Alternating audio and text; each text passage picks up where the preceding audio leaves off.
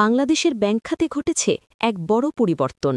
যে ৫টি শরিয়া ভিত্তিক ব্যাংক আর্থিক সংকটে ভুগছিল তাদের পরিচালনা পর্ষদ আজই বাতিল ঘোষণা করেছে বাংলাদেশ ব্যাংক।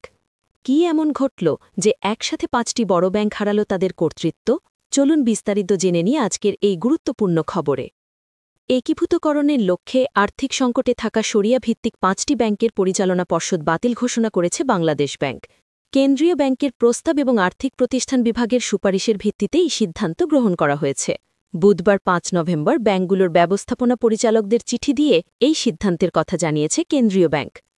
ব্যাংকগুলো হল ফার্স্ট সিকিউরিটি ইসলামী ব্যাংক পিএলসি, গ্লোবাল ইসলামী bank PLC, union bank PLC, Exim bank PLC এবং সোশ্যাল ইসলামী ব্যাংক পিএলসি।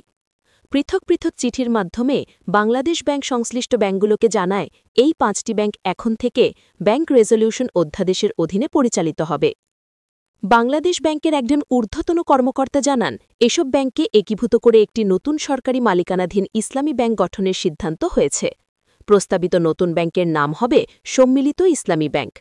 আজ থেকেই এসব ব্যাংকের পরিচালনা পর্ষদ বিলুপ্ত করা হয়েছে। গভর্নর আগামী বৈঠকে চেয়ারম্যানে ব্যবস্থাপনা পরিচালকদের সঙ্গে আনুষ্ঠানিকভাবে বিষয়টি তুলে ধরবেন। কেন্দ্রীয় ব্যাংক সূত্রে জানা যায়, গত ৯ অক্টোবর উপদেষ্টা পর্ষদ সরকারি মালিকানাধীন ইসলামী ব্যাংক গঠনের অনুমোদন দেয়, যা বাংলাদেশ ব্যাংকের প্রস্তাব এবং আর্থিক প্রতিষ্ঠান বিভাগের সুপারিশের ভিত্তিতে হয়। এই সিদ্ধান্তের ফলে বাংলাদেশের ইসলামী ব্যাংকিং খাতে আসতে পারে বড় ধরনের পরিবর্তন। তবে প্রশ্ন হল, এতে গ্রাহকরা কতটা নিরাপদ থাকবেন? তাদের আমানত কি ঝুঁকিতে পড়বে? আপনার মতামত জানাতে ভুলবেন না নিচের কমেন্টে। আর এমন গুরুত্বপূর্ণ আর্থিক খবর সবার আগে জানতে চাইলে ভিডিওটি লাইক দিন, শেয়ার করুন আর চ্যানেলটি সাবস্ক্রাইব করে পাশে থাকুন। ধন্যবাদ।